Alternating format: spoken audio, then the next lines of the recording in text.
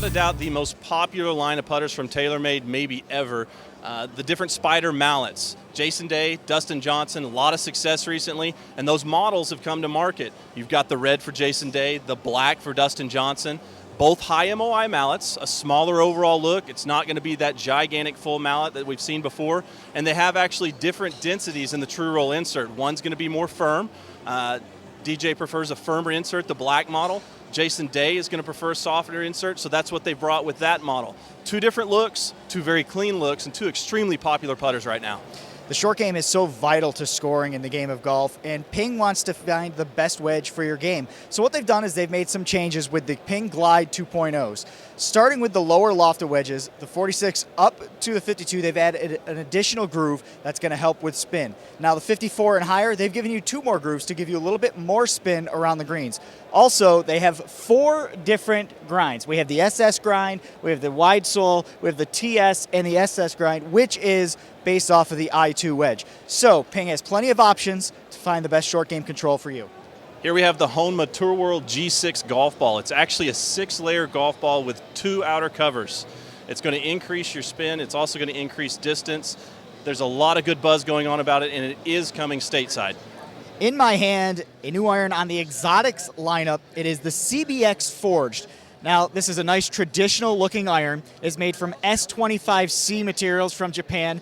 The big thing for Tour Edge Exotics is talking about a material advantage. It goes on with this. There's a dual flange sole, and what that's really going to do is enhance the feel on misses low on the face. Everybody who misses low on the face usually get those stingers. Supposedly, that's not going to happen with these. We'll be able to find out late in the spring when they launch. Here's MLA Golf, a Swiss brand putter company with a distributorship out of Denver. Their premise here is 4 lines at the target. So you have a line here, here, here, here. It's easier to line up, get the ball rolling towards your target.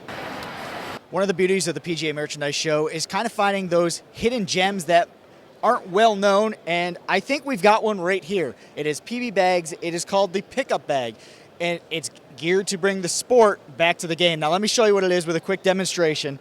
What it is, a very lightweight bag. It is 14 weight dividers. Each one has its own individual club length, and it weighs under 3 pounds, so very light. It's a carry bag.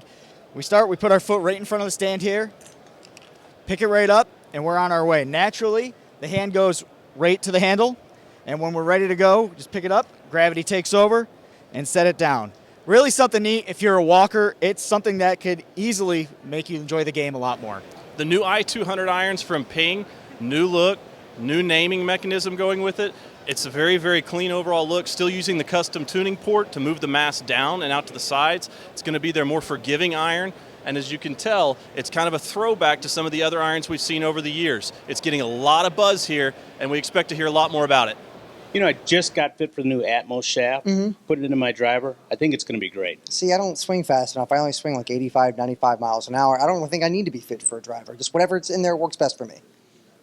Oh, no. Oh, God, you again? Oh. Guys, how do I keep running into you guys? That's ridiculous, my man. Everyone needs to be fit. Top-level golfers, obviously, they'll gain some distance, some accuracy. Lower-level golfers, it even works more. So let's say you're a 25 handicap, you go in for a fitting, you might end up being a 20 handicap out of that fitting. So at the end of the day, you need to find the right shaft that's going to get you the correct launch, the correct spin. You're going to get more distance. You're going to have fun out there. Now, I know losing golf balls may be enjoyable for you, but not for most people, right? You're in the new Atmos. You ain't losing anything. Exactly. That's what I'm talking about. Get fit. Do yourself a favor. This is it, the new Toulon Indianapolis putter. What we've seen from Toulon so far is interpretations of really classic styles. This is their kind of futuristic take on high mallet MOI putters. Inspired by Indianapolis race cars, using carbon fiber and their incredibly milled face. Fantastic option for people who like milled choices. Here talking about the brand new Soundchuck Mini from Puma Golf. You know, the original Soundchuck was hugely successful, bringing color, fun, and music to the golf course. Now we've got this new Soundchuck Mini. It's got a magnet, has a clip, wireless sound, so bringing really fun music to the golf course. And you know what? You can actually clip it absolutely anywhere. Foresight has traditionally been one of the most popular launch monitors on the market. This year, they've updated the GC2 to the GCQuad. And the Quad is going to have 4 cameras in it rather than the 2 of the previous one, and the HMT is now built inside the unit. This is going to allow all the ball data to be recorded in one singular space. It's much more streamlined, a much cleaner looking unit, and it's already gaining a lot of traction. Visual technology being such a big thing of the game today, usually it's with drivers. We're talking about it with irons. We've got the D300 irons. We have the power holes with the flex face technology. What that's going to do is it connects the face only to 24% of the body. So when the iron connects with the face, it flexes more, producing more ball speed more consistently. Also on the D300 irons, we have the heel and toe weight ports, which is going to make a very stable iron, something that's going to launch high, go far, and make you enjoy the game a little more. A new name in putters is Palladium Golf. They're bringing something really unique to market here, and it's actually titanium-based putters. The object is to increase durability, and it still provides a softer feel. There's blade models, and there's going to be a mallet model. The mallet model is full titanium. The blade is actually going to use tungsten in the sole. With that, you're going to increase feel, increase stability, and keep that same roll. You can tell here the face is rather unique. It's got a hit point pattern in the center, and off of that, it actually helps to react to misses left and right of center. It's something really different, it's something really unique, and it's something to keep an eye on. Here with Mike Yagley talking about the new King F7 and F7 Plus drivers. You know, coming from the F6, the F7 now has one more weight in play. Yes, and we did that specifically because an awful large number of people actually hit, believe it or not, slices. No. And yeah, it's true. And so on top of having the MyFly that gives you a draw bias, we needed a mass generated draw bias. So you take that 12-gram weight and you put it in that heel setting, and you're going to go from hitting it a little bit less right to a lot less right. And it works. And now moving to the F7 Plus, last year there was that big carbon track. Now it looks a lot like its own brother here, the F7. It does in the sole view, right? But when you set the 2 clubs down, you're going to find that the F7 Plus is a lot more compact, right? For the better player that likes a little bit more compact look.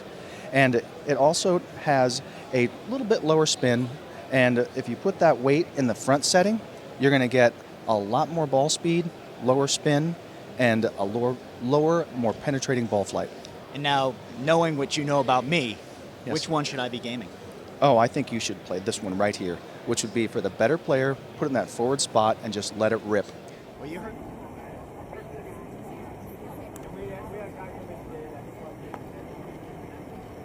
I've been searching for that $1 million idea, you know, kind of like the pet rock. So what I did was I took one of my favorite Golf Pride grips and I Sharpied this straight line on it. It's going to give me better alignment for all of my shots. Golf Pride's already done it, Dean. They've got the Align technology, which is going to be a combination of new materials, 50% more firm compared to the rest of the grip. The micro-channel texture is going to have it raised up. 1/3 of PGA Tour players actually use a reminder. Now we've got an external visual example of it. It's going to provide consistency for your hand placement, and that's going to give you consistent results. You know, I've been playing these Cure putters for a while, and the one thing I kind of didn't like was the head cover. Now we have a lot of options to find the one that's really going to suit your personality. So you have your personality inside the golf bag. If you got it, flaunt it. Taking a look now at the Tour Sensor grips from Golf Pride. They have 2 different models out. This one is the straight version, which features a no taper design. And we have the Contour, which is more of a pistol shape. Both of a really, really soft rubber, 40% softer than their other putter grips.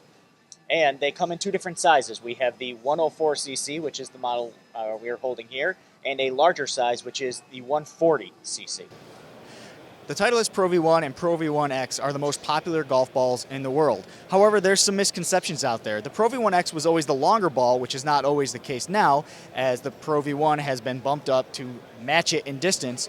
But the Pro V1x flies higher as the Pro V1 flies lower. That's a big misconception, as a lot of people think the Pro V1x gets its distance from flying a little bit lower than the Pro V1. It's not the case. The Pro V1x, higher ball flight, Pro V1, lower. We're with Dean Snell. Obviously, you probably recognize the name from Snell Golf, or one of the creators of the Pro V1.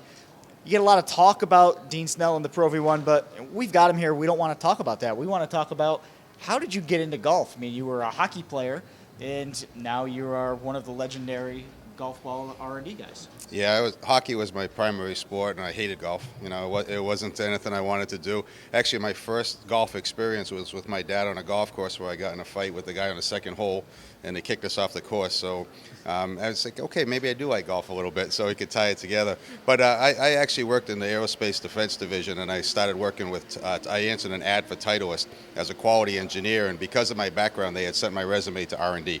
And once I went over to R&D, they had hired me the next week, and I started right into the engineering. I didn't play golf for a year when I worked there. I didn't have a set of clubs. It was just strictly engineering and learning performance of golf balls. And then since then, it's just taken off. Now, when you get into a fight on the golf course, as a hockey player, do you throw down the clubs, take off your glove, and throw it at the guy, hit him in the stomach, or is it a little bit different than that? Yeah, well, I came like from the other side of the rink because the guy got in my dad's face. So I came with a clothesline, and I took my guy down. My father had the other guy down on the ground already. So when we finished, I said, what happened? And evidently the guy hit a ball down into my dad while I was in the woods, and he hit it, turned around and whacked it back at him. So that made them upset. They came down, got in his face, and then it was game over.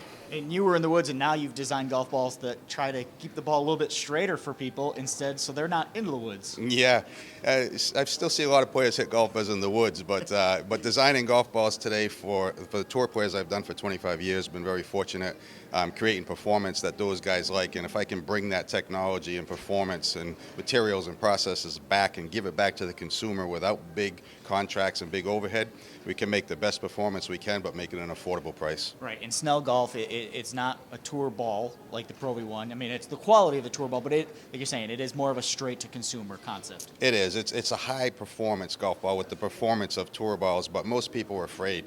It's too much money. They're afraid to play them. They're not good enough. So this gives people an opportunity that never had. Tour players get them for free. You know, here we're actually giving the opportunity for everybody to have the performance that's going to help their game, but keep it affordable. It's direct to consumer, straight to your house with free shipping, and it's been outstanding. Excellent, team. Well, we appreciate you taking some time with us. For more information on Snell Golf, you can tune in to thehackersparadise.com, or you can follow all of our content on our media app.